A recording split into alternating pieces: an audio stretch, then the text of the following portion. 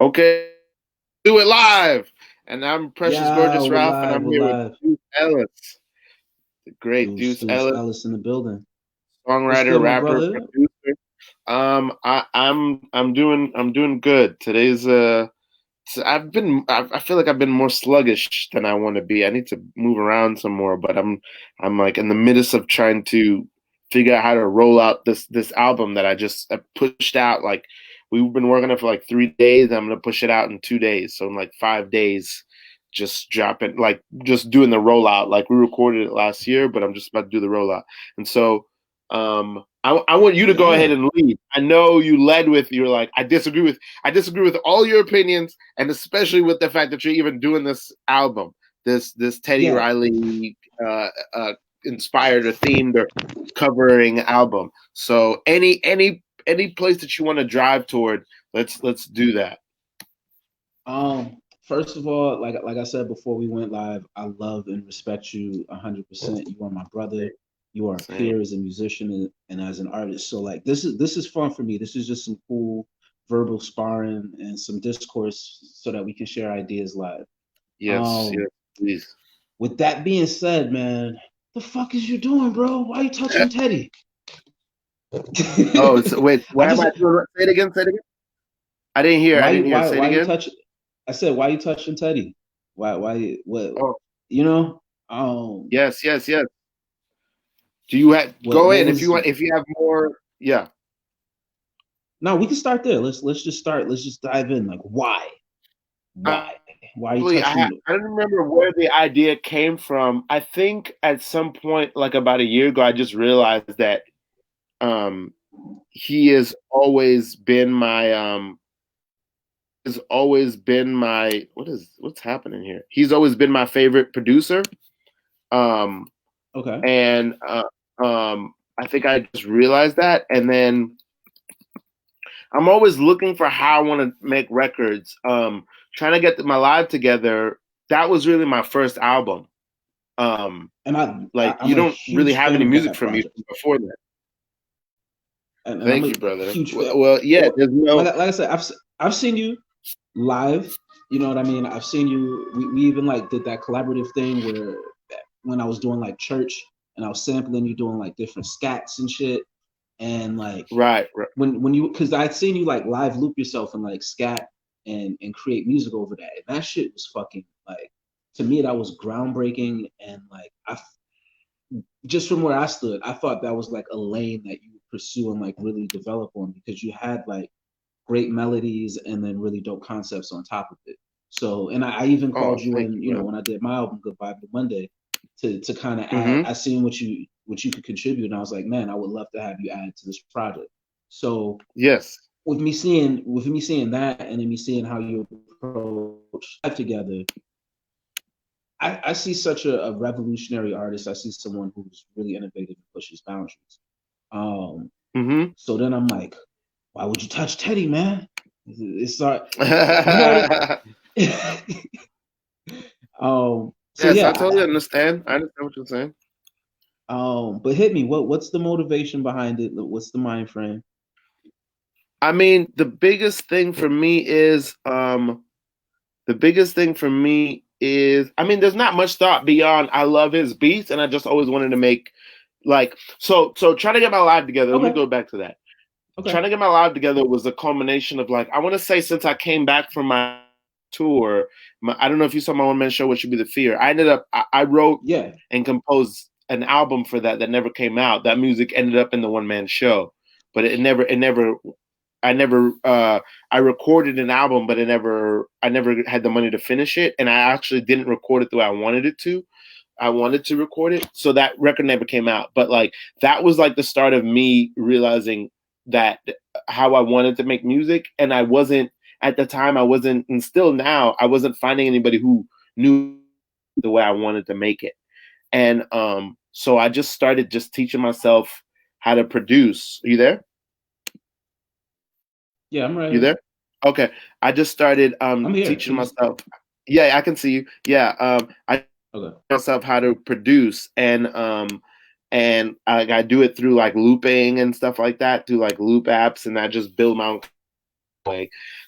but for me, I don't have money to go to the highest quality producers, and so the highest quality producers, it's hard and rare to go and find them, and I'm very like, you know, people like, you know, like somebody like Mandela a long time will tell you I'm like a very particular person. I want what I want the way that I want it, and if I don't have it that way, I'm just not gonna do anything, you know. So so like um so I just I had another I have like another record ready to go, but like the guys, the musicians that I have available to me, they're not just available to me at a whim, and I don't have the money to pay them.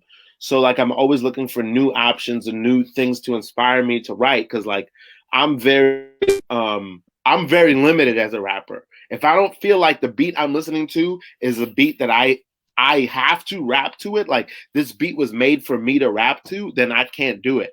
A good rap will not come out of me. I'm not that dexterous. I don't have the virtuosity to just be nice at will. Like I have to really feel like, oh, this was meant for me. And so, like I said, Teddy Riley is my favorite producer, and I could have done anybody. I could have done a tape of like, if I really loved him that much, I could have done like a tape of like DJ Premier beats or whatever. But like, I think I was at a moment, particularly then, like a year and a half ago, when I decided to do that project, where I was like, wow, my DNA is really getting raised off of like Teddy Riley, Babyface, Dallas Austin, um, you know, Jimmy Jam and Terry Lewis, like that whole New Jack Swing. That's my DNA. That and the Minneapolis sound. That's like what I'm made of. So that's why specifically Teddy. But I also don't care. Like I'm raised off of 50 Cent. I'm raised off. And this idea is older than me. It's from Ice Cube, jacking for beats. You jack somebody's beat and you do whatever you want to it. Like to me, that's super hip hop. Like I don't. So that's why to me, I don't think it discredits or undoes songs that were on those beats. I just, to me, it's just, oh, I love these beats. I love Teddy Riley. I think it brings something special out of me, and I think that's what it does. I think it's actually a special. I'm calling it an album, even though the beats are not mine. I'm calling it an album just because I wrote a bunch of very personal songs to those when I was able to do that, because I'm very inspired by specifically the sound and the spirit that Teddy Riley had in his music. That's why. But See, there's no intention of me coming in and be like, well, I'm gonna these songs, I'm gonna make them better. I just pretend the song that was on there didn't exist, and I just write it. I just go. I pretend that the beat he gave me that beat, and I just write the song that I would write to it. That's all. I feel like I said, I respect the artistry and I respect like the craft.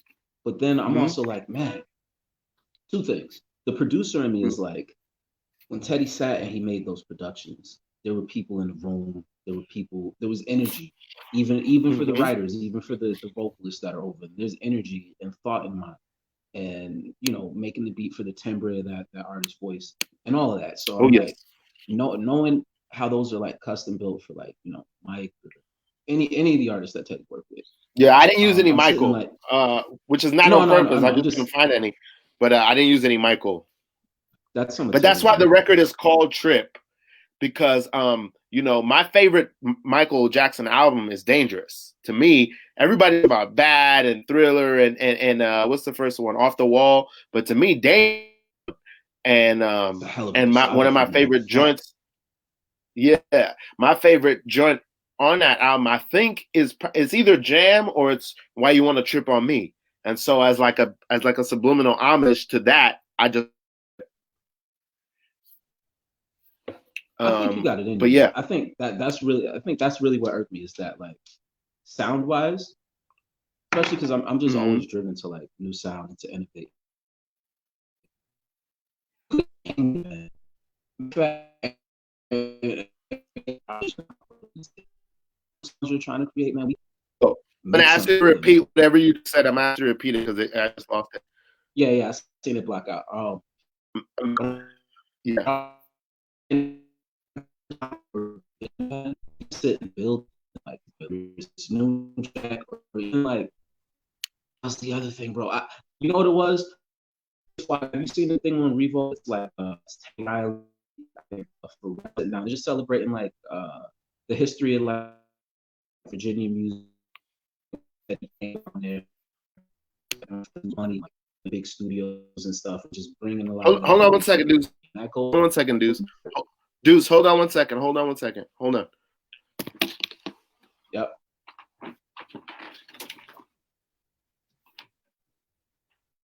If you watch it live, catch this on the stream. Go ahead, Spark. What with fresh.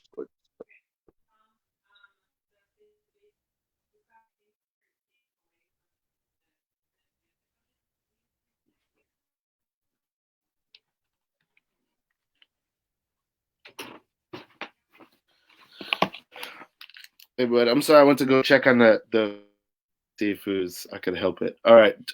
Okay. I thought. No, I was saying, hey, if you ever want to sit down and like build something original, because I'd seen the I don't know if you've seen this, the Teddy Riley. There's a thing on Revolt, and it's a sit down with like Teddy, Pharrell, and Timberland, and just talking about like history of Virginia music and all that innovation and like Oh, just I think I seeing did the watch way that. that Yeah. that parallels like Teddy's influence, and you hear what like Pharrell creates, and you hear what Timberland creates, and I'm sitting like, man, if you're inspired by like sound or a producer or a period, like the artist and the producer of me is like, yo, bro, come to me and like we can not just capture that spirit original, and you can publish it too. I'm big on like keeping all of my publishing, especially since I moved to like doing my own production, learning to play the instruments and learning, the production and shit. It's like, dude, why not make something like fresh? That was my only thing. And then like, Well, do you think that is an either or proposition? Meaning, like, if I do Trip, does that keep me from going on to do something or make something with original beats? Like, to me, I look at that. No, It's like no. Hove does one of those where he'll grab a bunch of beats that he likes and do freestyles over them. And to me, that is just like, okay, here's an interesting piece that the person does. Or like when Danger Mouse makes Oh, like the Gray album or something.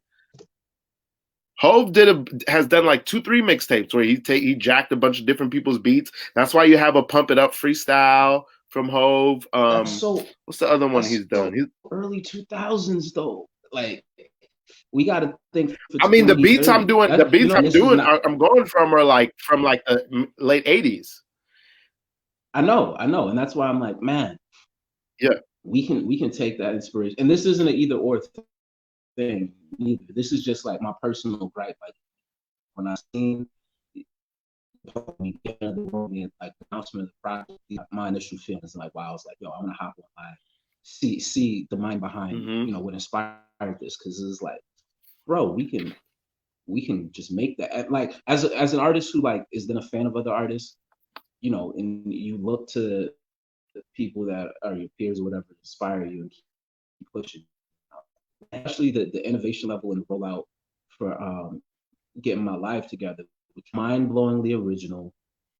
Um, just personally, then seeing something like that is like, for me, ah, that's all. That's all. And I'm not saying that the project won't be good or that you're not inspired, right? It's just from an artist to an artist, it'd be like I don't know if you've seen a stand-up comedian that you love and they got a new special coming out and they kind of rehash jokes from the 80s and those jokes are still funny and they're actually like there's stuff from that time period that translates even better now and kind of strikes a nerve.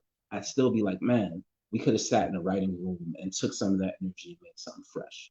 And then the other Well, part of me is just that like, yo, special exists. why are you That touching the special sacred? absolutely Why are you touching the that special sacredness? absolutely exists. That's Seinfeld has a special like that where he goes. It's a recent special where he goes and he does just a bunch of his old jokes from the '80s for the whole special.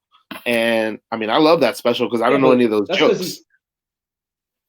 that's because he's Seinfeld. That you know what I mean? Like I wouldn't want to see I don't know, John Mulaney do Seinfeld's jokes from the 80s. You know what I mean? Like I wouldn't want to see like because yeah, John Mulaney, I wouldn't want to see him take a bunch of Seinfeld like jokes and shit, just drop them and maybe add his delivery to them. So that was my only gripe, and I'm not saying neither right nor wrong. I'm just pointing out, like, again, how I processed I this. think So it that's a was fair like, point. boom. And Mm-hmm. then the other part was just like, how dare you touch the sacred? Mm-hmm. How dare you touch the sacred? What's the Lupe line on the design? Did you do something new? That shit like that just stick with me in terms of like my own approach to like craft and to art is like, you know, and we could have taken those chord Was progressions, those tempos, those. So that's the other thing that I'm gonna put out there and for moving forward, because I'm supporting you 100% behind this project. And like from artist to artist, I respect like when something comes along that inspires you and you take action, especially in a time like this where it's kind of dark and dismal. Inspiration is harder to come by. And you said you had yeah, the project done already, so it's dope that like you got yeah, material, you got content. It's a chance to like kind of put that content out. yeah. I So try to move because I just don't like. I spent, I'm 35, my G. I spent a lot of time trying to wait for perfect conditions or for them to be exactly as I wanted or to wait for people to be ready to want to work with me or blah blah. I spent a lot of time doing that. And so this era of movement, they're trying to get my life together era, like going forward, I'm just gonna move when I'm inspired and I'm gonna ask for forgiveness, not permission. You know, um, I'm just gonna move forward, especially for me when I felt like this is the record. Like trying to get my life together, I wrote it as my mom was sick, but this is the first batch of records that I wrote after her and me talking about that and um like to me, like these are the songs I was listening to when I was a little kid in the house with her. You know what I mean? These are the first moments I remember loving music and being excited about music. And like I don't have access to Teddy Riley. He's up in the mansion somewhere. Um and it obviously disconnected because he didn't do that baby face. And even if he was, I wouldn't be able to afford him. And like I have to be really honest, like for anybody that we know, even all the best producers that I know and the people whose work that I love, like if there's to ask anybody, that be it'd be the same as trying to compare myself as a songwriter to Michael or Michael's team or any of those people. Like I really just can't. I just can't wait for that because that reverence ain't gonna pay my bills, and that reverence is not gonna up my stature. That reverence is cool for the people who have the luxury to have that reverence, but to me, it's like my position is like, yeah, if Teddy Riley personally came to sue me for those, it would have to be because enough tens of thousands of people had seen that tape and was like, this shit is fresh, and he would go, oh, I got to get a piece of that, and that's where I'm living. Like, and to me, that's real hip hop. Like, I'm however I need to eat. And like so I just went in and I think what I did was like I didn't just go on those beats and just try to I'm just gonna try to rap. Like I really went in and I tried to honor what like exactly what I said, which is like I grew up on Teddy Riley. Oh, I'm gonna repeat what I said. Deuce disappeared for a second. Oh, Deuce, come back. Where'd he go? Oh no. Huh? Yeah, I just lost signal.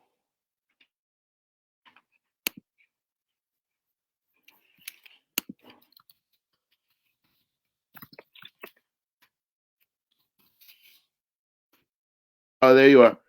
Okay. Yeah. yeah. So I really I tried to really write songs that like I know a little bit about Teddy Riley and his background and that he's a spiritual man and we share a lot of those things in common. So I really tried to make something that is worthy of the beats that I got and not just going and just try to gas on them, but going and try to do something fun and beautiful. And like, hopefully when this thing drops, it's going to be, I think it's a tape that is very healing because I was in a place where I needed to heal when I was writing that. So hopefully I think it's a tape that is very, or it's an album that is very healing to people and they're going to get that from it. And I really look at this all as like a blessing. Like that God was up there like coordinating with Michael and being like, hey, let's put this together so that, in this moment, at least Ralph Circle can have this tape to just, even if they just listen to it and go, oh, that was cool for an afternoon, or if they live with it or whatever it is, or hopefully a bigger field of people than just my circle can listen to it. But I think I really did something interesting on it, and I think I really was Precious Gorgeous on it. Like, and that's part of what I realized is that my name is Precious Gorgeous because of people like Teddy Riley, because of people like Jimmy Jam and Terry Lewis and Prince, who kind of gave me that blueprint of how to be an artist like I am. And to me, this is a love letter back to those people about that. I And dig that's that. not to say that I'm not going to continue that kind of work, but to me, this is just like, I didn't have no beats at the moment. Nobody was trying to fuck with me. Nobody, no musicians that I wanted to play with wanted to work on this stuff with me, or you know what I mean. So I was like, let me just do this. This is in front of me and it's accessible and it's fun. So I'm gonna do this right now. Yo, moving forward, though, holla. You know what I Okay. mean? Like Okay.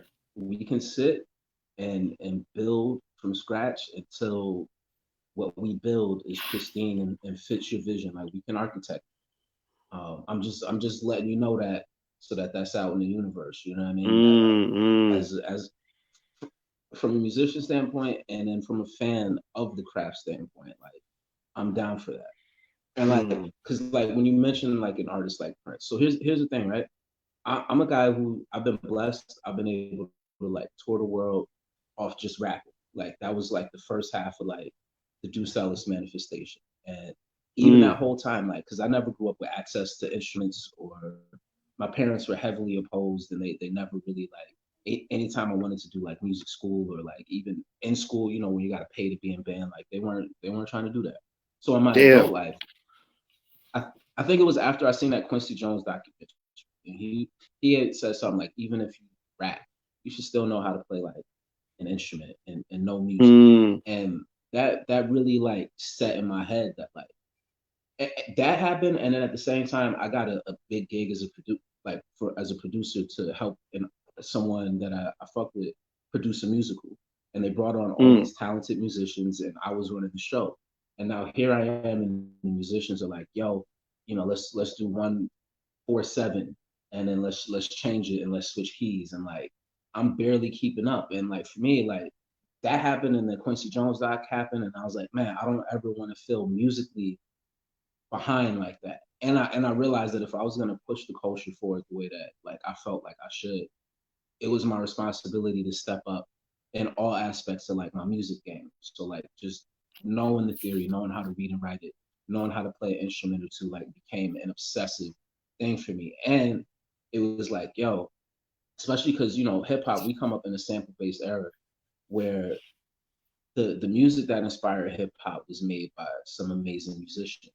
And then because that music was so amazing, we were able to take it and chop up the best parts and get these new creations that made people dance and groove, feel things and pop. And in my brain, I was like, shit, if we do this for another 10, 20 years, like what's gonna be our sample pool? You know what I mean? Like what's gonna be the music then that inspires people, not just to like move and dance, but like make new shit. You know what I mean? Like, so it was just a personal challenge of like, how much can I innovate? How much can I learn from like what Prince did and take all these influences from what was past music and then like make new shit. And so because that's like become like my driving force for an artist that I fuck with, it's like, bro, I'd rather contribute to you being able to like elevate and do something like completely original. And like I said, I'm a student of social work. You know what I mean? And I know when we pick apart the chords, pick apart the drums. You know what I mean? Like we can go back from scratch and like we can build that completely over. We can build it new. You know what I mean? I can sit with your voice, sit with your writing. You know what I mean? So like those were the type of things where it's like, man, how can we leave a new imprint so that in 2030 and 2040 and 2050 when there's a new batch of music, even if people want to sample it or they're just looking for shit to listen to, that's like, damn, what was dope then? I want to be a part of like this original wave, this innovative wave, this like combining, the best of like acoustic instruments with the latest in like production techniques and technologies and like fusing them together and like even like when you compose and you make trap music, there's a way to make it a bit more beautiful, like if you know what you're doing musically. And like that's why like a cat like Zaytoven is a level above the rest. He grew up playing in the church and he knew how to like add the musicality to it. And then with hip hop, bro, once you break it down, and R&B, once you break it down to like the drums and we get the grooves right, it's just a matter of like making those sounds feel and curve and bend and appeal to like what brings the best out of you as an artist and a vocalist and a performer, and then sonically how we want to affect the world. So, I'm just putting that in the air, bro, that like before you feel that like no one will fuck with you in terms of like creating something new, holla at me. Holla at me and I got you. But you know what I mean? We could start Word. today. As soon as we end this live, like we Oh could start shit. today. Cause like I mean, I still got I'm a little ways away from the MPC right now, but I still got like songs that I made from the first few times that we linked up, and I got like samples and chops of the vocals and shit that's like sitting there. I'll play those for you like after this and like blow your mind. Maybe we'll do another Cool. live session with some of those. But you know what I I mean? mean, Like I'm those are I'm things that super we down could for that. really. I mean, there's a All couple of right, things that I'm make gonna me pivot think real of. quick. Huh? Was that? I'm gonna jump trains real quick because Yeah. you made another statement that I was like, which is you said Illmatic wasn't Nas' best album. So which Oh one? yes, What I album do you think wholeheartedly is stand. Nas' best Oh, album? Godson, duh. Godson I love by a Godson. mile. And then I love Illmatic is Godson. not even second for me. Illmatic is not even second. Illmatic for me. But what are you basing this off of in terms of your criteria? I mean, exactly what you just. So you're just saying like hip hop we can move it forward and progress and make it more musical and like take it from where it's been, which is like the sample pool that we'll have is just built off of just samples. I mean, if you even go the records that I really love, those are all based off Salam Remy, Amy Winehouse, Salam Just him Remy. playing You know what I bass. mean? I know. I know. Him playing everything, like him orchestrating, you know what I mean? So to me, like Illmatic to me just represents Illmatic. When people say they love Illmatic and Reasonable Doubt, which I do love, those records taught me how to rap. Like I do love those records, but to me, those records represent the most traditional in hip hop, and like it's something I learned from Robert Glasper as well. Not to say that he would agree with me, but Robert Glasper said the death of jazz, the reason jazz is so far behind is because niggas is like, no, we play these kind of things. Collaborate with these people. It's like they went from being the most innovative, the most rebellious, the most avant-garde art form to being the most traditional, staid, and stagnant. And that's why it sort of died and withered and atrophied and moved back and just let white people go in and collect. You know what I mean? So to me, the most musical, the most dynamic that Nas is on records like Godson, Street's Disciple, Life is Good. That's where, you gonna tell me there's a song in Nomadic better than Daughters, bro? There's a song in Nomadic Better better than than what? Dance, better than Daughters, better than Dance. Just one more Um, dance with you, no, mama. no, no. Come on, bro. I, I know, I know the tracks you're talking about, Get, and get, get, I'm not gonna get down. disagree. I'm not, I'm not gonna disagree that the levels of Nas's artistry didn't grow.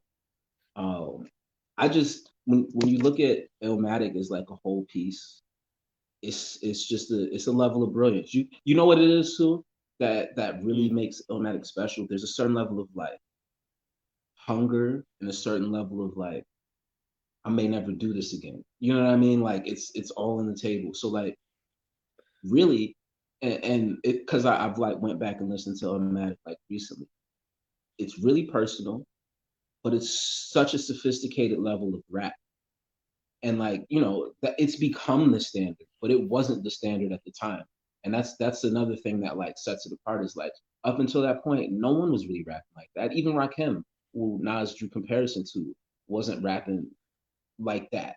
and had this mixture of like that's what it is. That's really what it is about Illmatic that speaks to me. Is Nas has so much personality on that record, and you really connect with like a depth of Nas's personality and drive and visions and ambition. And then like as the albums roll out, you can see that Illmatic is also a manifestation.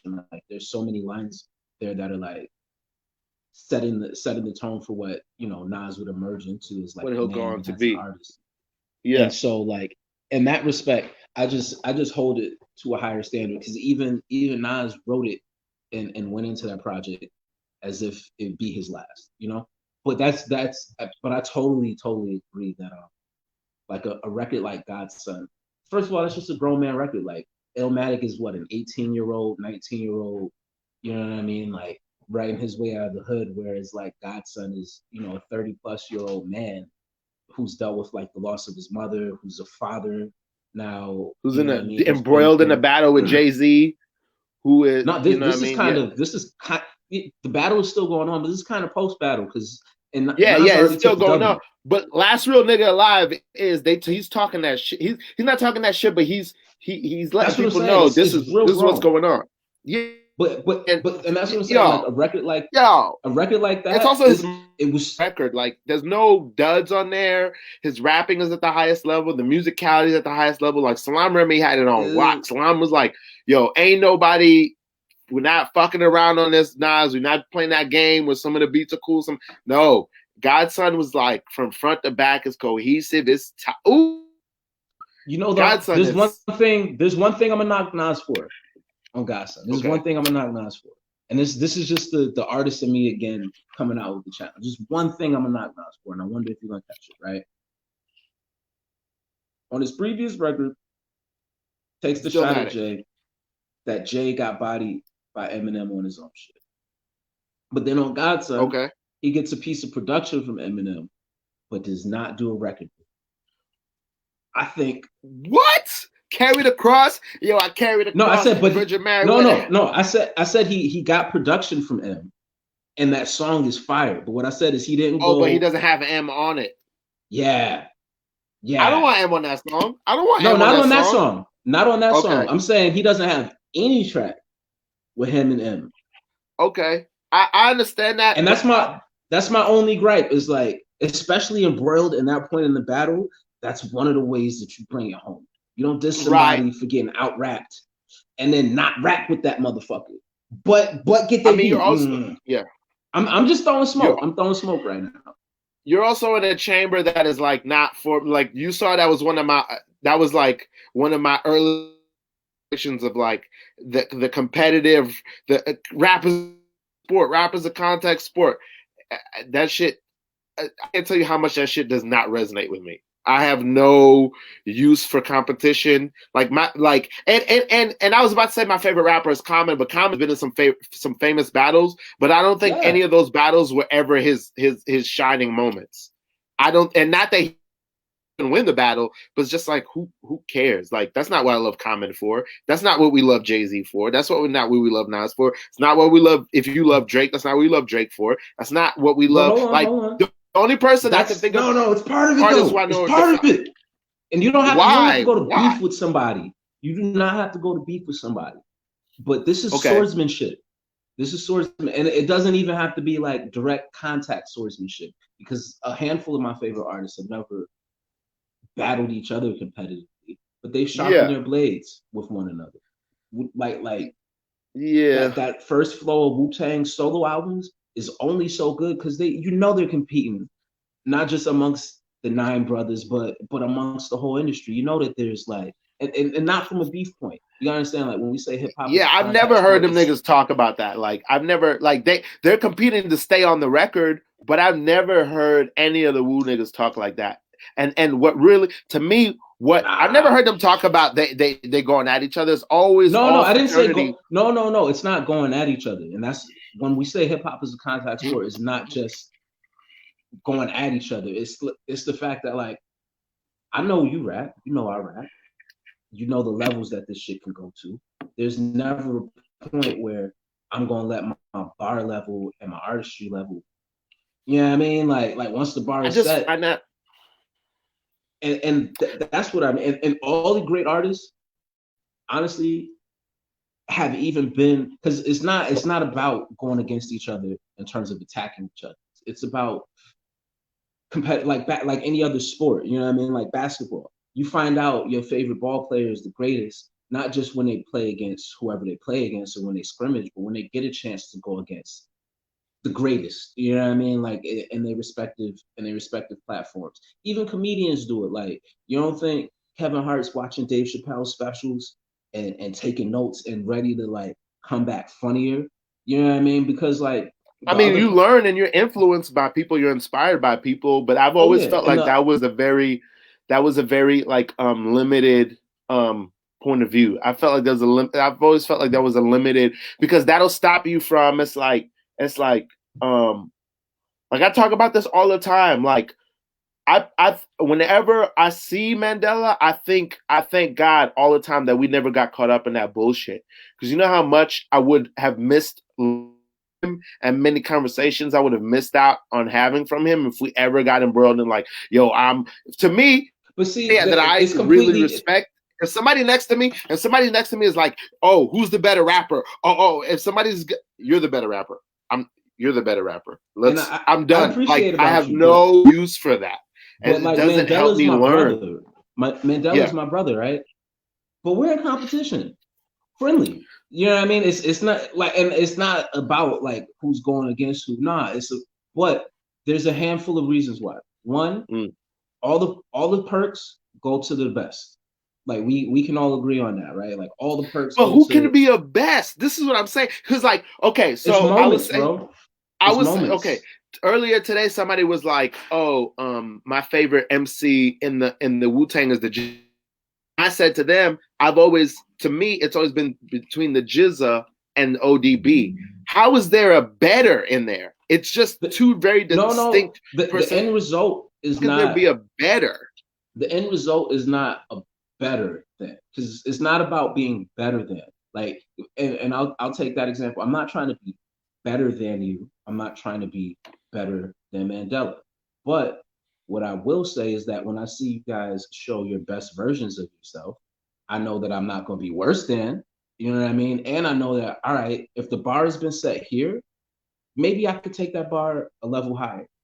And that's how you also push the culture. Because I know that if Mandela dropped some fire shit, and then I dropped some fire shit on top of that, and it's fire enough that it hit that artistic nerve of like, ooh, I had to keep my pen going. I got to write a little harder. Then I've contributed to the culture too. You know what I'm saying? Like I've now caused that next wave of music that comes out to maybe be a little bit better, because I say I'm not clashing with people in terms of like I'm trying to knock you off. I'm trying to take food off of your plate. I Yeah, am it's I not am even trying to be that. the best. I am trying to be the best though, because when I'm the best, I know my plate's full. You know what I'm saying? Like I know that if I hit that level and I'm at that level and I'm shining and I'm glowing and shit, the spoils gonna come. And it's moments, bro. It's not like this is like no one wears the crown for forever neither. Even from your favorites, like no one wears the crown for forever. But at some point, somebody's gonna like snatch it and hold it and have that moment. They're gonna set precedent. You know what I'm saying? And now, if they really holding it tight, it's gonna call like. Here's another great example. Drake and Kendrick are still in competition. They're not, but they are. You don't think Drake seen that Pulitzer Prize and was like, ugh. Now that's not his award to win, and that's not To even me, his that's lane. really a. I think that's That, just a fail. Yeah, I mean, even that I want to dispute. But to me, that's just a failure of their perspectives. Personally, I feel like nah, bro, because otherwise, who's my muse? Where's the fire coming from? You know what I mean? Like, all the rappers I respect are my muses, and I do not need to be in any competition with them in order for that to be. I can be pure, nah, just bro, I will fully in not. I admiration. will.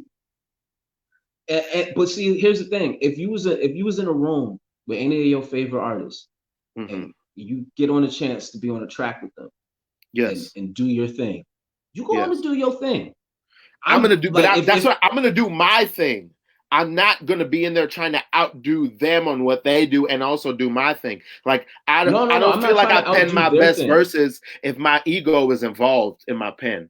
I have to write what is really important to me. Like if I do have that chance, I got to go in and it's like my not my he's not my favorite comic I really look up to as spiritually as an artist. He's always saying, "Yo, I never need to worry about what the other comics are doing or who's funnier." His name is Gary Shandling. He said, "I just need to focus on being Gary Shandling. So I never need to be nervous on stage. I'm always going to be Gary Shandling. So I'm always going to be Precious Gorgeous. So it doesn't matter who bodies me. Number one, this idea of like losing because you either win or you learn. There's no such thing as losing. If you lose, that is the best time because that's an opportunity to learn. So you either win or you learn.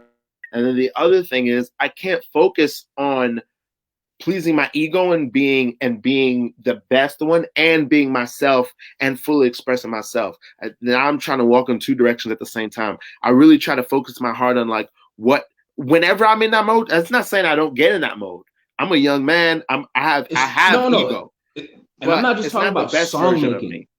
I'm also I'm talking about like rap as a culture. You know what I mean? I'm just only interested in song making. The rapping to basketball, part, right? Because like let's go down that lane. Yes, let's talk about that. Because like even with basketball, if it's 1-on-1, it's not like I'm playing offense against you while you're playing offense, right? Like again, it's a give and go. It's a back and forth thing, right? So all I can do on offense is be my best version of me. But I also know that on the other end, you're over there being the best version of you. And in a moment, and like I said, even in times like you said, there's no losses, there's learning. So even like Charles Barkley is one of the greatest ball players ever, but he's also great because Michael Jordan. But at the end of the day, there was only at the top, there was only space for like one in that moment. And even in that time, even in that exchange, they had exchanges. And then they played on the Dream Team together, right? And they got a chance to show. But the reason the Dream Team was so dope was because every motherfucker on that squad was like, I know I'm dope. I know I'm here to be great. Are you a big basketball? Are you a big basketball fan? Okay, I know very little about basketball. I'm a sports fan. I will tell you this. Yeah, I know very little about sports, but I will tell you this. I do have a favorite basketball player. Who's your favorite basketball player? Man. I mean, it have to be somewhere between Jordan, Kobe, and LeBron. And I'm probably more favorite to LeBron just because I've gotten to witness that for like my whole, you know what I mean? From like me being to witness that magic. Developed enough to really, really appreciate it. Cause like even Kobe entered the league and I was still like young, and you know what I mean? I wasn't following. I respect Kobe more as having followed his legend and gone back as opposed to like LeBron where I've gotten to like witness. He was a very wise dude. Yeah. But for me, and this is probably in the last 5, maybe whenever they won their last championship, that's when I decided my favorite basketball player is Tim Duncan. I love Tim Duncan. And Tim Duncan, the reason he is that for me, and it used to be Jordan, and what changed it for me to Jordan is like Jordan has 6 rings, Duncan has 5. But if I were to ask you right now to this day, which man do you think is happier? I don't know neither of them personally enough to really, really say that. Yes, I know. I'm just asking you to guess. I might say Jordan still. Okay. I might say that Tim Duncan appears more peaceful because he definitely seems to be in a really, really peaceful space right now. Yes. But who wouldn't want to be Michael Jordan? Even Michael Jordan now. Like, do you think he has to pay for food at a restaurant? I mean, Michael Jordan is a living. I mean, he's a god. Like that's what he's. Yeah, that's what I'm saying. Like, but to me, when I greatness, when I look at those two men, what to me what greatness is being able to be the best version of yourself, and that best version of yourself, not excluding your personal life, not excluding the life that you have around. Like it should. I think Tim Duncan is a man who's made his life. The way he lives his life part of his game as opposed to at the expense of everything else, you know. And I don't know Michael Jordan. Duncan's personality resonating with you, and you saying that actually kind of like that correlates almost exactly to your approach to the rap thing, whereas like Duncan doesn't come off as the most competitive, killer instinct shark in the pool kind of guy, but he comes in as someone who like loves his craft, does his work, and knows that if he does it well and follows those fundamentals, victory and has a great team around him. And that may be one of the things where like you got to continue to build for yourself and like don't exclude it. Don't believe it's not possible. You can have a great team around you from coaching to supporting, some supporting all stars. Because let's face it, that's the other thing. Duncan did have a combination of all-star teammates. Even when he came in the league, when he came in, he had Glenn Robinson Young. There's the Twin Towers, so he came in with like an experienced big man, and he had one of the greatest coaches of all time, Greg Popovich. And in a series of all stars, he's had Tony Parker around him, Manu Ginobili. You know what I mean? So he's been surrounded by beasts, and I'm not taking away from Tim Duncan at all, but I'm just also pointing out that like a big part of his game was that because he was surrounded with the necessary arsenal, he also didn't have to. You know what I mean? And there's been I would say the times. opposite. I would say that he fought the biggest battle, which is, I would say that what stood in front of, from what I can tell, and I know the most I know about basketball is I read the Jordan Rules. I read that book a few years ago. But the most I know about that, really, like what I learned from that book is that Michael Jordan was already considered the greatest player alive before he ever won a ring.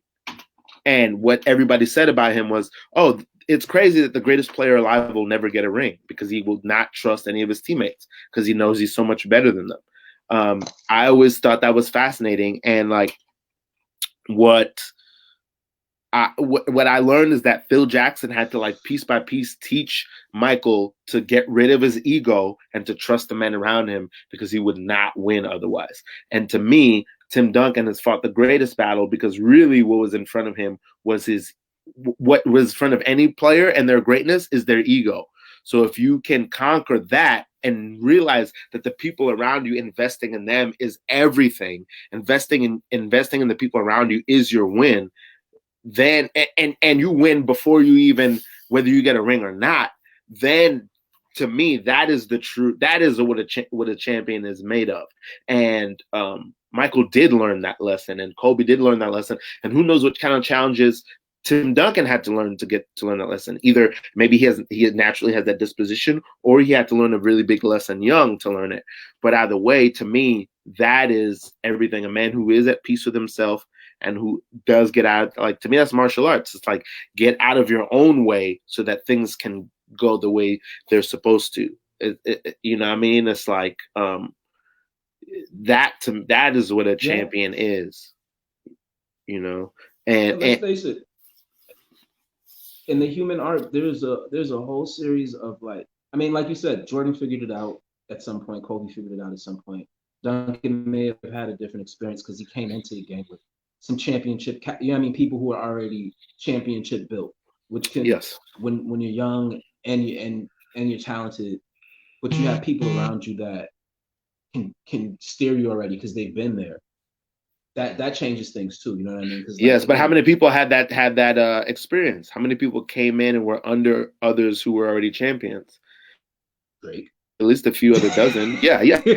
And like, but it takes, you have Kanye. to have, everybody's a young man, and you have to have the humility. Because so here's the thing about Kanye. Like, somebody was saying the other day how they're always like, everybody thinks when you're in the studio with Kanye's like, I got the ideas, I know what to do. And he said all Kanye does is go, I need you. What are your ideas? Let's use them. Let's try them. All I ever hear Kanye go is like, I don't know how to do these drums. Call Timbaland. He knows how to do these drums. I don't know how to do them. Where's Dre? Dre needs to mix this for me. I don't know how to do this. Man, Q-Tip, talk to me, Q-Tip. Tell me how you did what you did. What would Mobb Deep do? Like, everything I've ever heard him say is, yo, I don't know how to do this record. Rick Rubin, you have to come and do. Hold on. Because that's later Ye. Younger Ye was like, yo, I got this. College Dropout is him a bit more, and not according to No ID. Not that he didn't pull in help, but what I'm saying is as he progressed, he realized more and more some of the areas that he could improve upon. And when as you pressure mounts, you have more and more of a desire to make sure the shit tight. But That's not the narrative that I know. To me, the story that No ID tells is when he first met Ye. Ye is like, I want to be the greatest. How do I be the greatest? And he's like, I don't know, man. Here's 7 samples. Go chop them up, expecting never to see him again. And he said he was back the next day with the samples chopped up. What else you got for me? What else you want me to do? The man was always with his mentors, always looked like, help me game, help me, blah, blah, blah. Jay's my big brother. I think he's a man who was taught to believe in himself, but I think he is also a man who's always really appreciated people who had something to teach him. I've never heard, and I've never heard anyone say otherwise. You know, it's strange that we have this. Why do you think I hit you like, yo, Precious Gorgeous, I need you in the studio? Like, you need me in the studio? Oh, yes. I've done it. I've been like, yo, I got this record. It's Absolutely. somewhere. I hear you on it. And I ain't have nothing specific for you to do other do you, right? And so that's a different aspect though than like at the same time I'm making this album and I know I'm producing an album for Jay and I still want my album to be as fire as you know what I mean? Like there's still that element of like I've reached out to my big brother for help, but I'm not trying to crush him personally and like, you know, damage his ego, but yo, I got this. I'm hitting with this. Like that's what makes Watch the Throne such an amazing project, is you can hear all the levels of friendly competition. Like that's what I'm saying. Like, and I'm not hammering this point too much more, but just the idea that like there's a healthy level of like competitive nature within hip hop that makes it. And I think that's all music, because even the Beatles and the Rolling Stones had it. You hear Paul McCartney talk about him going back and forth with Brian Williams from the Beach Boys, and how, you know, he'd hear one of their projects and just be like, fuck, man. All right, now I got to, you know what I mean? You got to go back to the drawing board and like. I mean, I think there's two. There's two. I have that feeling all the time. I just personally am not comfortable with turning it into, oh, I need to go back, or I'm better. I need to go back and prove that I'm better. No, I always take it as rap beef specifically. Although as a rapper, that's you got to be ready for the smoke, because that's just part of it, and you got to be ready. Even these, I really these don't IG accept verses, it. But like my favorite rap line from Drake is and I'm sad that he didn't stick to it. It's my favorite rap line from Drake, or at least in his early career. It was "Diss me, you'll never hear a reply for it." That is my favorite line. Nah, I heard that, and I was reply like, for it. I was like, stay in the game long enough, homie. To me, like that's my favorite things of Jay, is when people diss him and he just doesn't reply because he's already won. He does reply though. He does reply, but mostly he doesn't. Mostly he has not. Like the amount of people who are taking shots and there's never been someone who's taken a shot and hasn't gotten a 1 bar sub. Oh no, I would say there's probably dozens of people who've taken shots.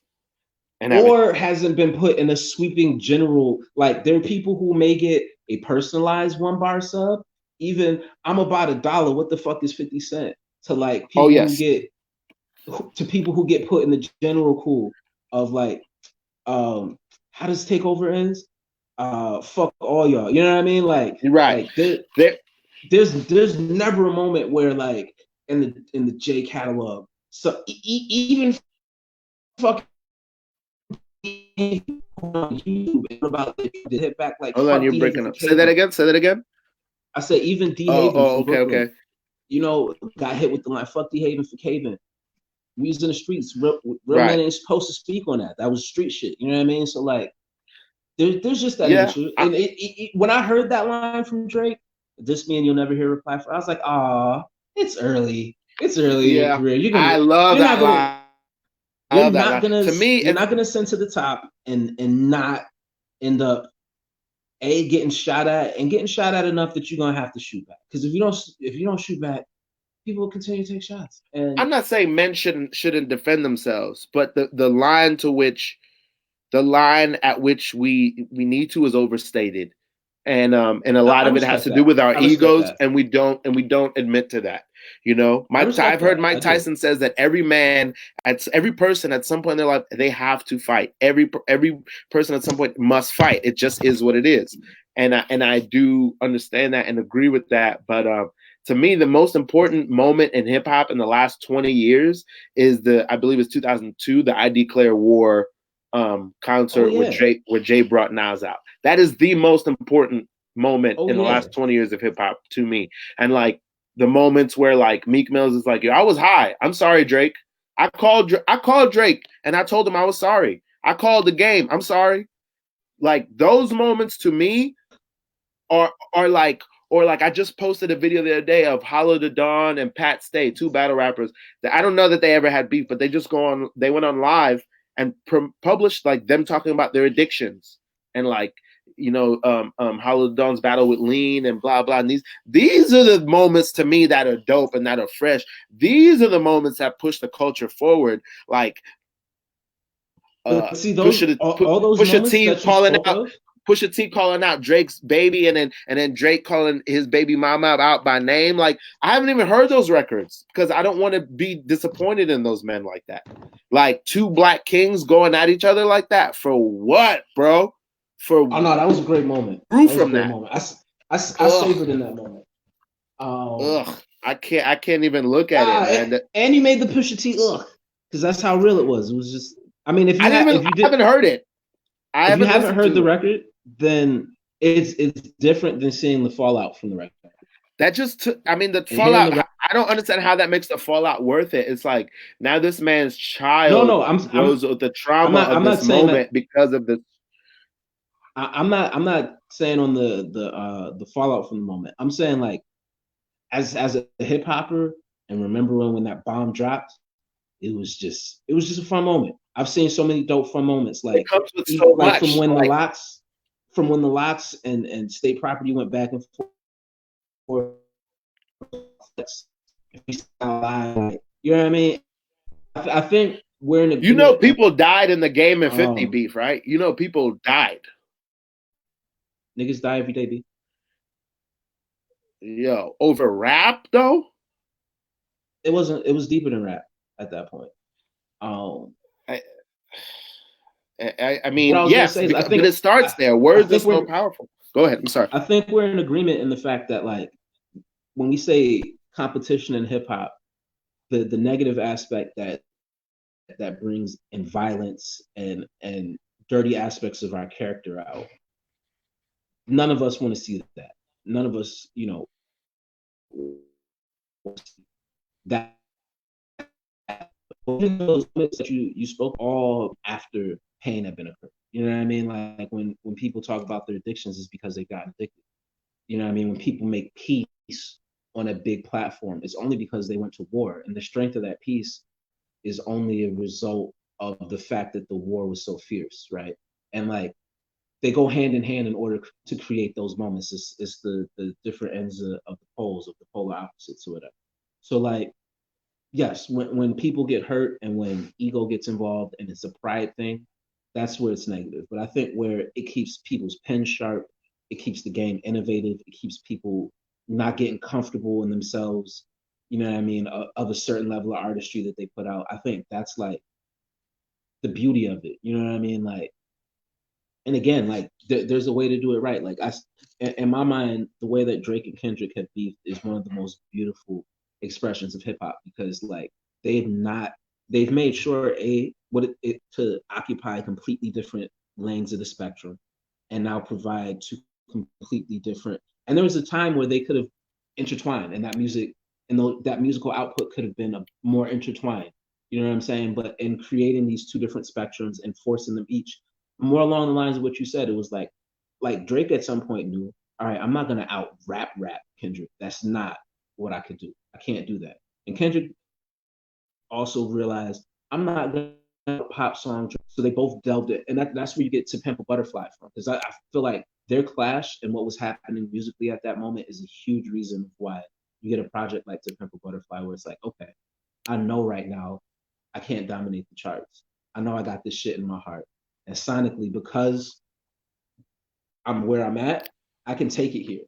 You know what I mean? And then on the flip, Hotline Bling doesn't exist if there isn't that staunch opposition to it. So I think in that respect, the competitive nature of hip hop is great. And again, there's no beef, there's no violence, there's no like attacks on character. There's just that underlying drive to like, if LeBron's on the court and I'm on the court, I'm trying to make my name known. Or if I'm already known as the best and he's known as the best, and the bright lights are on, like somebody's got to win. Even Tim Duncan, he came to, you know what I mean? He came to game day ready. He knew he wasn't gonna like let motherfuckers dunk all over him and shit. And it doesn't mean that like if you do get dunked on that you like punch the motherfucker in the face, but like do get dunked on, then you're ready to go back and return the favor with the craft. You know what I mean? With the skill set, with the hitting what you hit. And maybe, you know, like Duncan wasn't as much of a dunker. So all right, you dunked on me.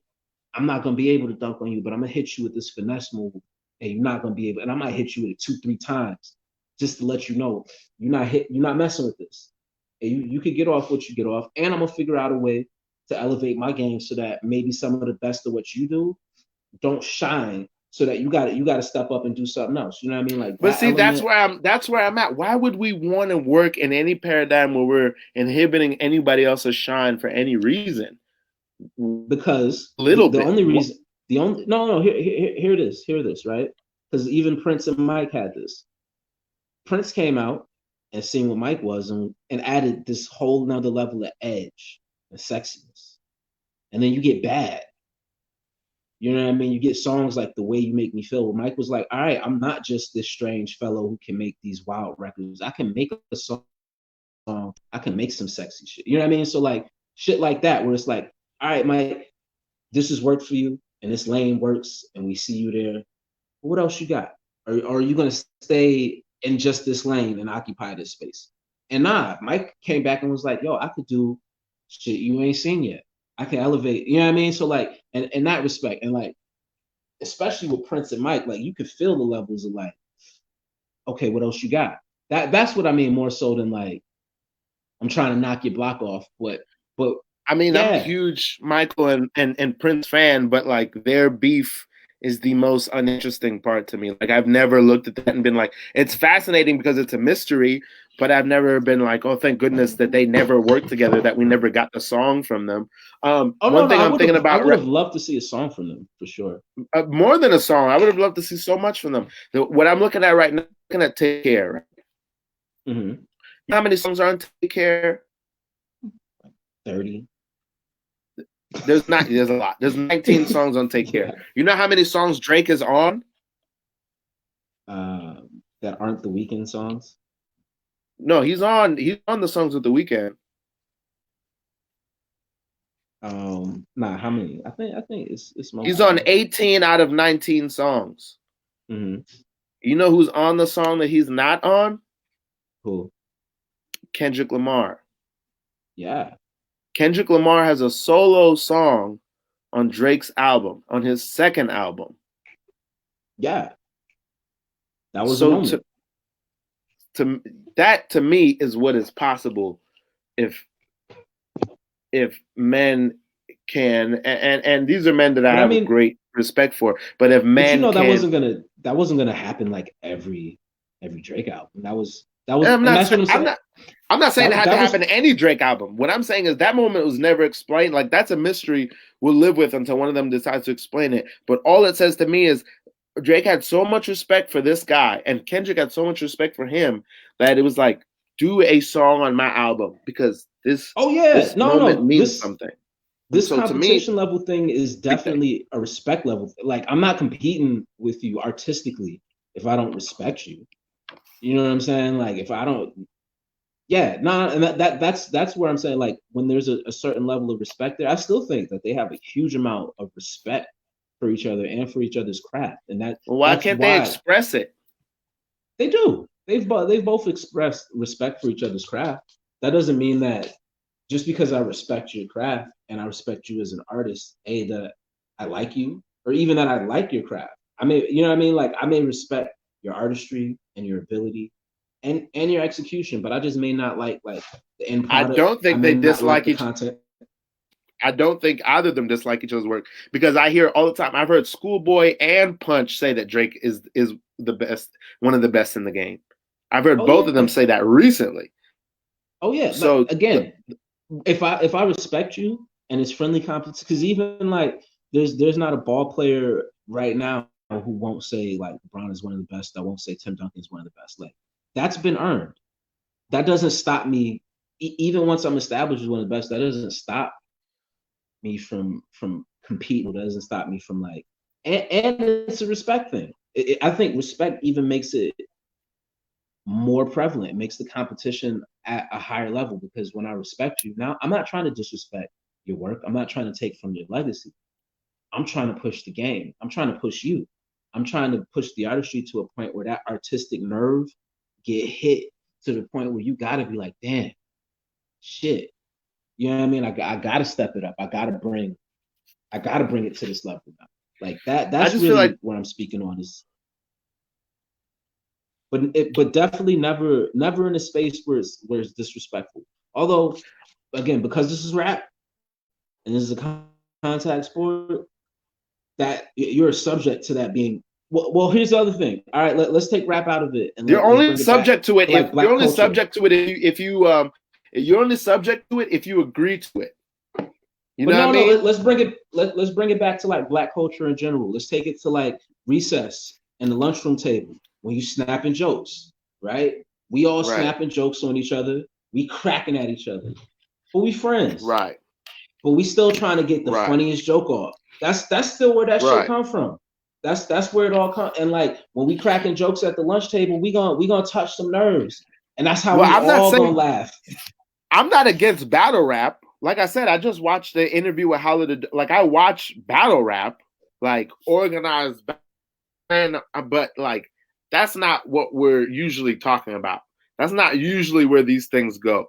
I've been for 20 years watching people go, it's a contact sport. You know what I mean? Niggas too friendly. It's kumbaya. It's kumbaya. Then the battle pops out. Yeah, this is hip hop. That's what I want to see. 3 months later, oh, the nigga got shot.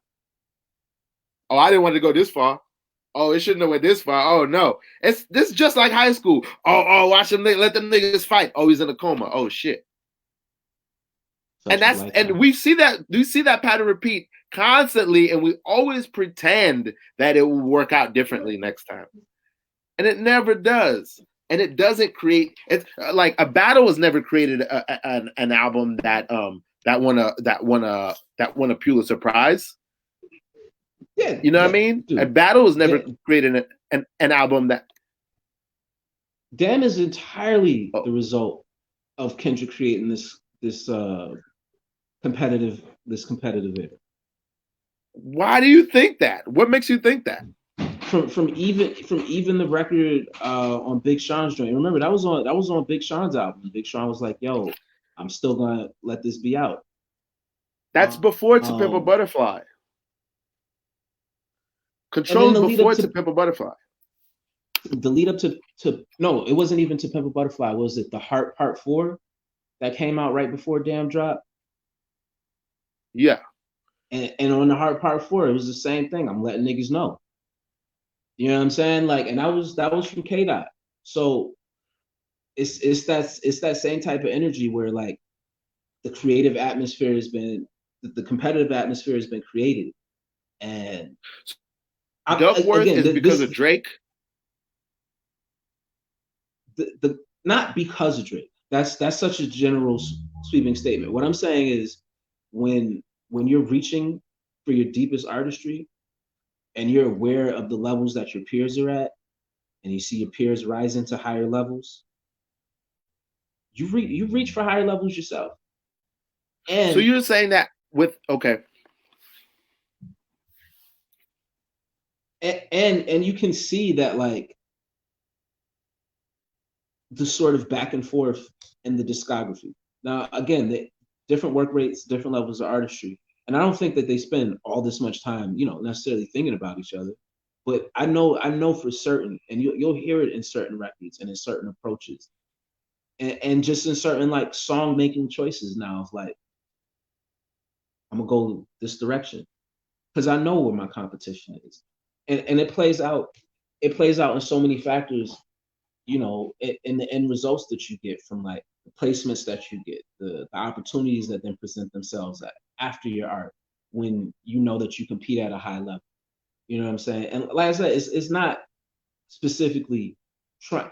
I'm not speaking specifically on rap beef, although rap beef is a part of rap culture, and I gotta embrace that. That's part of the humanity in our culture, and we probably express it better than most other art forms. Although when art imitates life, sometimes it gets dangerous. I'm speaking more on again the way that because ball players are black dudes on the basketball court who's talking shit to each other like, yo, I'm about to drive and hit the layup on you. Depending on Can you the give me?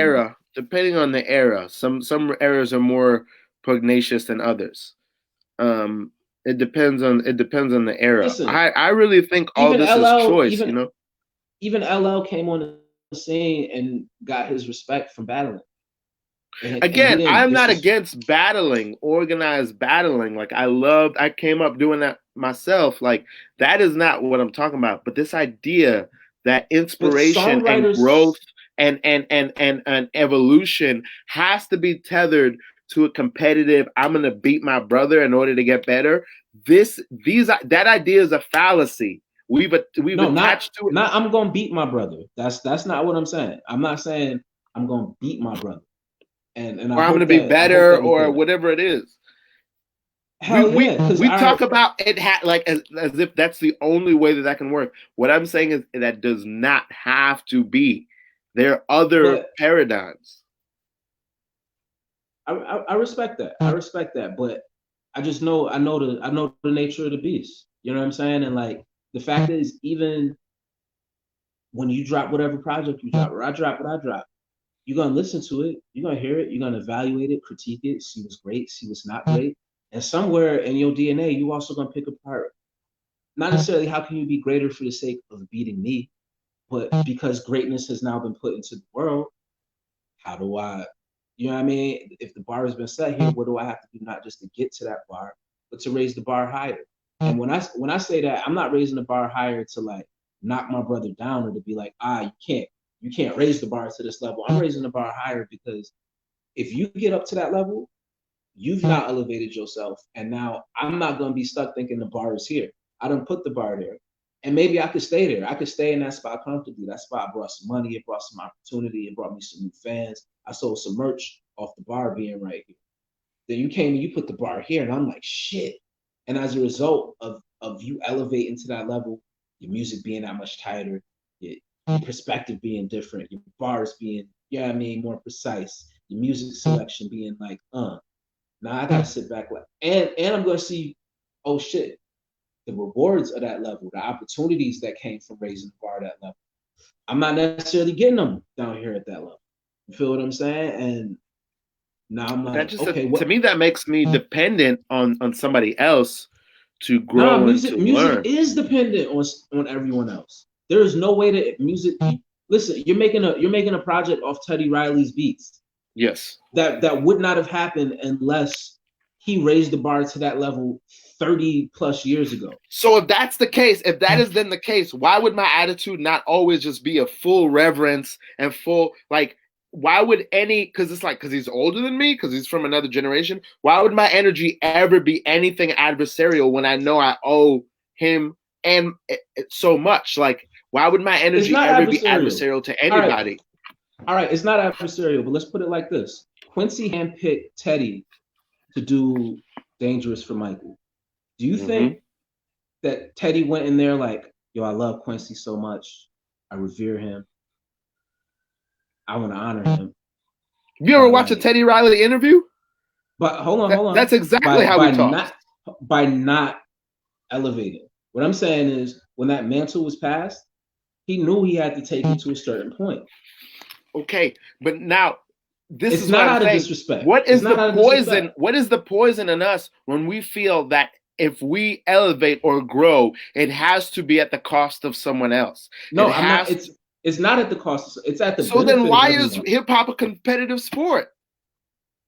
Because competition fuels. Why is basketball a competitive sport? Why you get what I'm saying? Like the moment that you But see, hip hop is art. This is an art form. We are not playing a game. We are making like it'd be like painters or poets competing with one another. I don't. they do though. They do though. Dolly knew what was up. The people that I am constant, I spend a lot of time listening to interviews, and the people. It's not to say that they are the people that I'm gonna say are not human and don't have ego. I don't believe that that's true. The people that I listen to talk about music and talk about making art. Russell Simmons, Rick Rubin, RZA, Teddy Riley. The people that I'm constantly like tuning in to listen to, they are never Dame Dash. Never talking about I'm better than this person, I'm beating this person. They're always talking about how do we RZA's going into a beat battle on Saturday with Premier, and it's not talking about knocking battles. I'm not talking about organized battles. I'm only talking about. But see, here's the thing. When I say, because an organized battle works the same way as song or creation battle, so to speak, right? And that organized battle. Tell that to the niggas that got shot over 50 in game. I don't know about that. No, that had street shit involved with it too. That had street shit involved with it. That had record industry politics and people's money being fucked with involved with it. That was a personal. That wasn't music artistic creation. So is that different from the Pusha and Drake beef? Pusha and Drake beef is a bit more personal, as well. Now, is there a hip hop element to it? Yeah, and it's a part of the culture. But I'm not talking about personal battles. I'm not talking about I don't like you, I don't respect you, so I'm coming at you. I'm talking about like what we see on Saturday. I respect you completely. I'm great, and I know that you're great. But now let's go in an arena and let's display our greatness. And because the lights are on, both of us are gonna have to shine a little bit brighter. That's what I mean. And that you think the whole like you'll see from both of them, their catalogs that they're about to break out, they're gonna talk about like, yo, I remember when you did such and such for so and so. I was like, damn. And I heard that and I thought it was fire. So I did blah, blah, blah. That's inspiration. But at the same time, like I think that's where we're agreeing on that part. And I don't think necessarily that organized battle is the only place where that sort of competitive, respectful spirit manifests itself. That's what I mean. I mean, like when they sit in the studio and they're making these shits, they know. RZA's known this whole time what Preem was doing, and Preem knew this whole time what RZA was doing. Right, but it depends on how they look at that. I mean, there could be any number of ways that they look at it. Even Pharrell. I mean, Pharrell is that's another one that Pharrell. I watch a lot of Pharrell's interviews, everyone, and whenever Pharrell's with or near anyone that he is inspired by, he immediately is like. I mean, that's the way you're supposed to. But that's also in terms of like the gods. Yes, that's how a prince moves. That's how a king moves to me. But that's how I've seen him and Timbaland sit out when they were sharing the studio down in Virginia. Tim and Missy was in one room, and Pharrell and the Neptunes and then was in another room. And they take turns opening the doors and peeking in to hear what the other motherfucker was cooking up. Being like, oh shit, I gotta go back. That's what I'm talking about. That's all I'm talking about in terms of like music and musical back and forth, right? It's like they knew Tim would be in the room cooking, and then Pharrell will open the door and he hears some shit and be like, "Ooh, that's some shit. All right, I got some shit for you." Yeah. That level, I think it translates even when it's not in like an organized, yo, we're gonna meet at 8:00 and play each other's beats. You know what I mean? Like or play each other's music or rap each other's bars. That's what I mean in terms of this sort of like camaraderie back and forth between brothers, between kings, right? Because the only way you stay a king is to keep your blade sharp, to keep that crown upon your head. And you can't do that if like there isn't steel sharpens steel. You know what I mean? Like if there is a steel to sharpen your steel against, your blade to get dull. So that's all I mean. I am not speaking on like, yo, I don't like you, I disrespect you, and I'm making records saying fuck. That's a totally different thing. And that's a negative aspect of hip hop that gives us bad press. And I mean it's easily sensationalized because it's a story. But like the shit we're seeing now, I also believe that's the beauty. I just think it takes a drop of blood in the water. I believe it all blood in the water for the sharks to come. And so even that language to me is like we all readily accept that. Like hip hop is a competitive sport. Hip hop is a contact sport. We accept that as this gospel. My favorite phrase comes from Swiss Beats talking shit to Timbaland saying you don't want the smoke. Right. Of course. You don't want the smoke.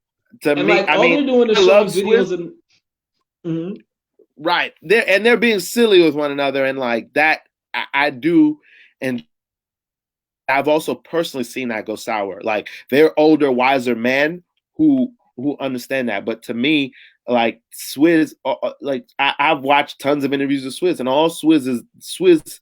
I've never seen him say any remotely derogatory word about anybody, especially not somebody who's his Oh, competition. He hell calls, no. so to me, Hell no. And like I would never say like it like if an interview came on there like, yo, what do you think of Precious Gorgeous? I'd never like dish you. That's not what I mean by competing with you at all. You know what I mean? I'd never like dish you.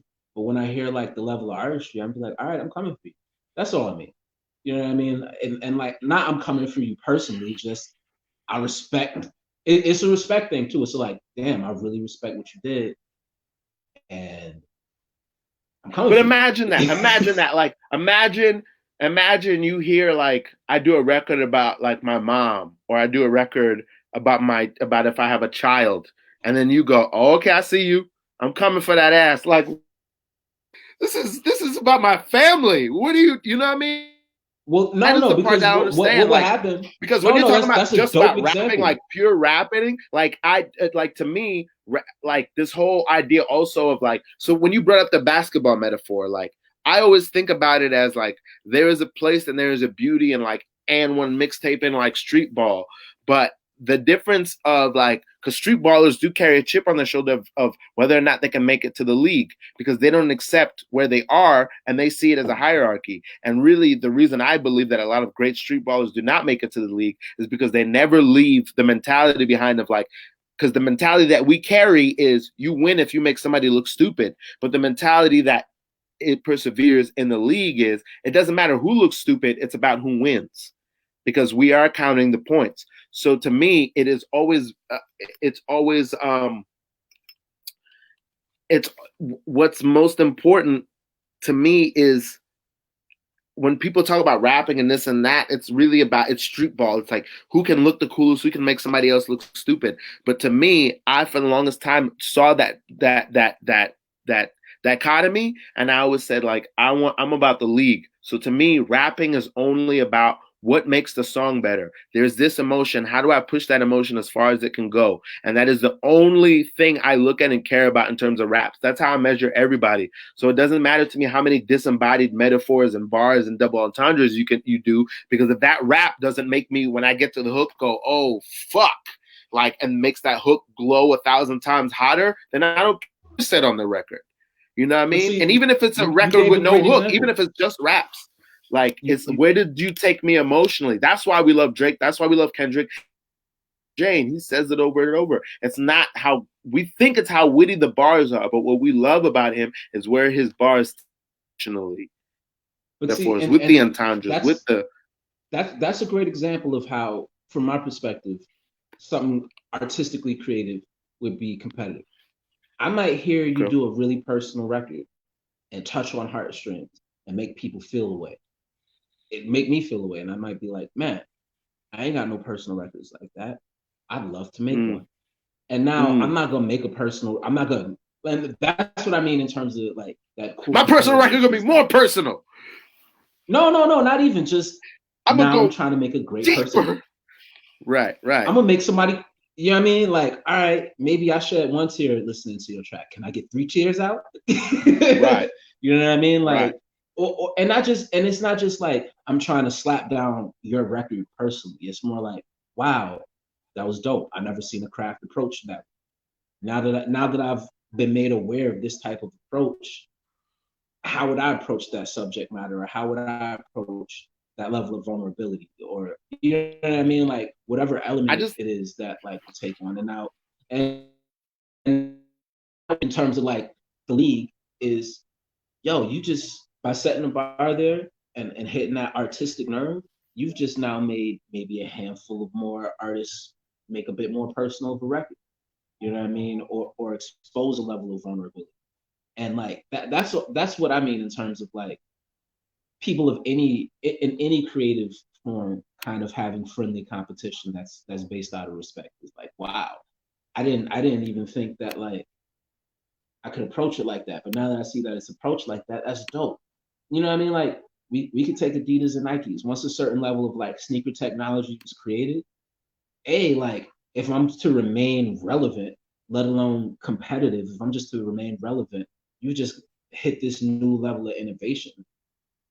Now I got to make something that speaks to the public demand for that level of innovation, and also maybe pushes it forward a bit more, right?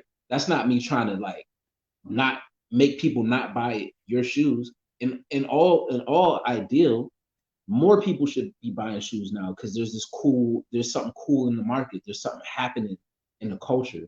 You know what I'm saying? Like that's what's dope. Is now like we're now innovation is setting and something's happening within the culture. You know what I mean? Like, oh wow, vulnerability is a thing, or like a new way of flowing comes out, and that flow pattern just hits for whatever reason. And now you get a handful of artists who are Right. like tinkering with that flow pattern and making it theirs and adding their spice to it. And it's like, even if it was cooking, like cooking is the best example, right? Because at the end of the day, we all gonna eat good.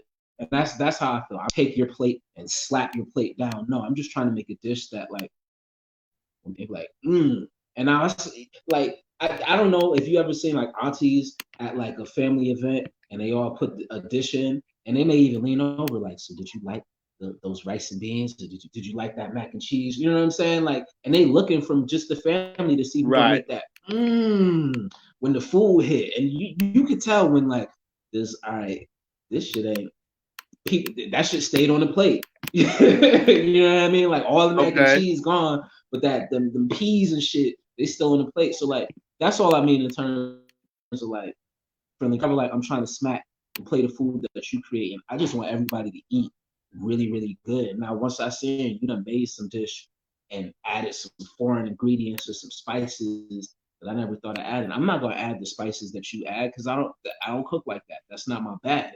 But I'm gonna be like, oh, now that I know that we could do it like this, let me, yeah, I mean, hit the Salt Bay on them real quick and try and like turn them out. So that's all. That's all I mean is like that level of like everybody elevating each other's game. I think we, I know it happens even when we don't like focus on it in terms of, but like, yeah, there's just certain would not exist if there wasn't another artist in the space, another peer that was like also pushing the envelope. You know what I mean? Like from the Beatles and the Beach Boys to Mike and Prince. And Mike and Prince was the same age, and it took Prince a long time to like get his shot and get his in. And he knew when he was in. Even in the early days of drawing comparisons, he had to hit that push that needle to the point where it's like, not only are you gonna say that I'm at this level or that I'm similar, but you're gonna say I'm as great as or I'm better for my legacy. You know what I mean? So yeah, I but can't have ever helped but ever think, yeah, I don't know. I'm but still but again, in I, interviews, I of course, artists aren't gonna say like, "Yo, I made when I was making this album." Sometimes they will, but they're not gonna say outright like, "Yo, I heard this shit and I was like, fuck that shit. I'm gonna make some better shit than that." Like, no one's gonna say I that wish they in an would interview on a press run. would. I wish they No would one's doing that on the because press run. I wish they Media would. I training, would bro. respect it more. No, Media man, training, no, bro. keep it all the way real. Keep it 100% because that's what we're here for. It's like this is art. Like if there's some sort of subterfuge or something covered up and hidden, if there isn't disclosure, I mean, that's what I love. I mean, that's my favorite rapper is Common, like, and I love Drake. I love people who their job is to open themselves up and show you everything. Maybe it doesn't happen in an interview, but at least in the music, like, show me what Yeah. it is, show me who you are, and like, and and and and so that's why that that concept has always been strange to me because it's like, so you want me to be my most vulnerable, but it has to be in opposition to somebody else. It has to be against something. No. I don't agree with No, that. not I don't agree with not that. against. Especially it's a bunch of black men. I have no interest in it. I have no interest in that part, and I opt out of it whenever it shows up. Like, and I think I've been that way the last 10 years. Like, I just opt out. I have no. I only, God forbid I ever do anything that isn't just about lifting my brother up. I don't. because if I pull you down, where do I think I'm going? Right. So Right. that But I don't, I I'm think it not. also takes a certain spark or a certain type of energy to pull someone up. It's a lot easier if they're empowered to do it on their own. It's a lot easier if I've also been only lifting them up and pushing them up, because there's enough adversity for us, brother. We don't have to artificially add any. I Nobody, respect you know that. what I mean? It's everywhere. We don't have to go looking for it. You know what I mean? I respect that. So I don't, and I don't want to come off like I'm some perfect guy who doesn't have an ego. I have an ego, my friend, but I've We never all I've never seen it help me. Is my only we point. I've just we all never do, seen it brother. help me. Yeah. We all do, brother. So I got to run in a few, but Yeah, same. Yeah. for real, this has been a great talk. I want to work. I want to work with you, bro. Let's just sit down after this rollout. You know what I mean? I'm gonna support it when the links come out. I'm gonna hit share. I'm gonna hit God like. bless I'm gonna you. I jump in the appreciate it. comments. You know what Okay. I mean? I'm gonna play it in the house. Give it some numbers. All of that. But Nice. even as I'm listening to that, and this is what I mean by my competitive spirit. Even when I'm listening to that, I'm like, how can I beat that for you? You know what I mean? Like with you, like how can we go in now and make something better than that? Like I'm competing not against that. I'm not just trying to crush that, because I'm also trying to crush all music in general. But I'm gonna listen to that and I'm gonna be like, all right, cool. I see what you're doing over Teddy. I see where your pen's at. I see where your content's at. You know what I mean? Where your creativity level's at. And now it's like, all right, cool. That is amazing. Now where can we take it? Now how can we stretch that? How can we bend that?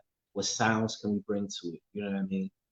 What can we take from some of these inspirations in terms of sequencing and chord changes and understand, you know what I mean, the musical architecture of those emotions, because it's, you know what I mean, like there's only 12 musical notes and each of them touches a certain emotion, and combining them touches different levels of those emotions, and then arranging them and combining them a certain way. You know what I mean? So it's all just puzzle pieces. So now once we get into like that range of like the heartstrings that you want to pull, we could just start tugging at those heartstrings and then building around it and decide if we want to make people dance fast or move slow or just nod or shut up and listen or cry, or you know what I mean, turn it on for Sunday morning music. Like we'll go through all of that, bro.